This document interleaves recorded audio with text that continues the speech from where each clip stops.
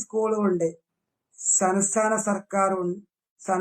സർക്കാരായി മുന്നോട്ട് പോയ ഉമ്മൻചാണ്ടി സാറ് ഈ കൊണ്ടോട്ടി ബഡ്സ് സ്കൂൾ ഉണ്ടാക്കിയത് ഉമ്മൻചാണ്ടി സാറിന്റെ ഫണ്ടാണ്.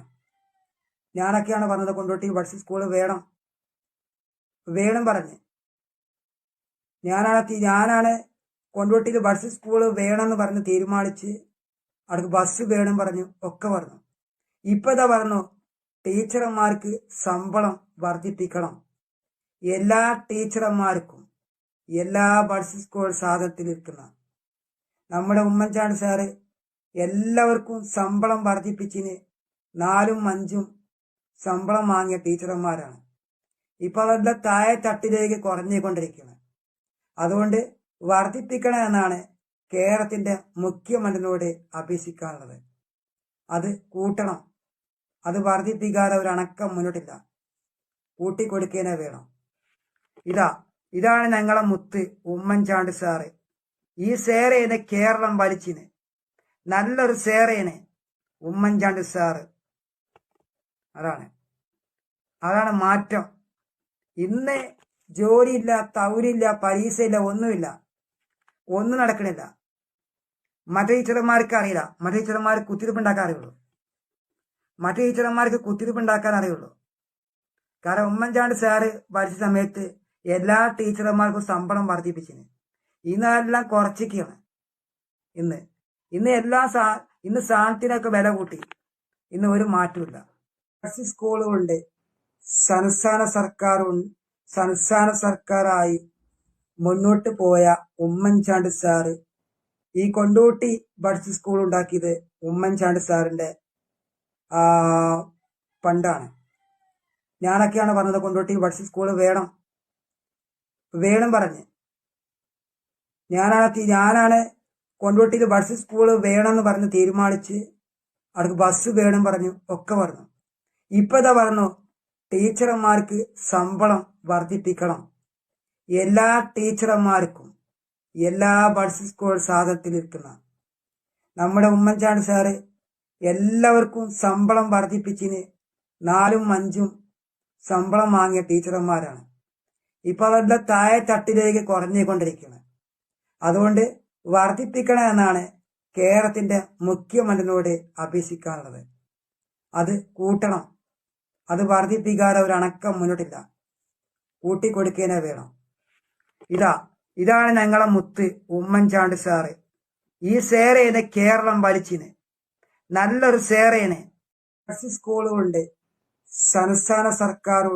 സംസ്ഥാന സർക്കാരായി മുന്നോട്ട് പോയ ഉമ്മൻചാണ്ടി സാറ് ഈ കൊണ്ടോട്ടി ബഡ്സ് സ്കൂൾ ഉണ്ടാക്കിയത് ഉമ്മൻചാണ്ടി സാറിന്റെ ഫണ്ടാണ്. ഞാനൊക്കെയാണ് പറഞ്ഞത് കൊണ്ടോട്ടി ബഡ്സ് സ്കൂൾ വേണം പറഞ്ഞ്.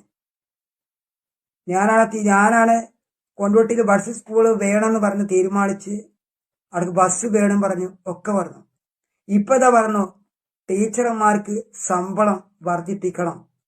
എല്ലാ ടീച്ചർമാർക്കും എല്ലാ ബഡ്സ് സ്കൂൾ സാധനത്തിലിരിക്കുന്ന നമ്മുടെ ഉമ്മൻചാണ്ടി സാറ് എല്ലാവർക്കും ശമ്പളം വർദ്ധിപ്പിച്ചിന് 4ഉം 5ഉം ശമ്പളം വാങ്ങിയ ടീച്ചർമാരാണ്.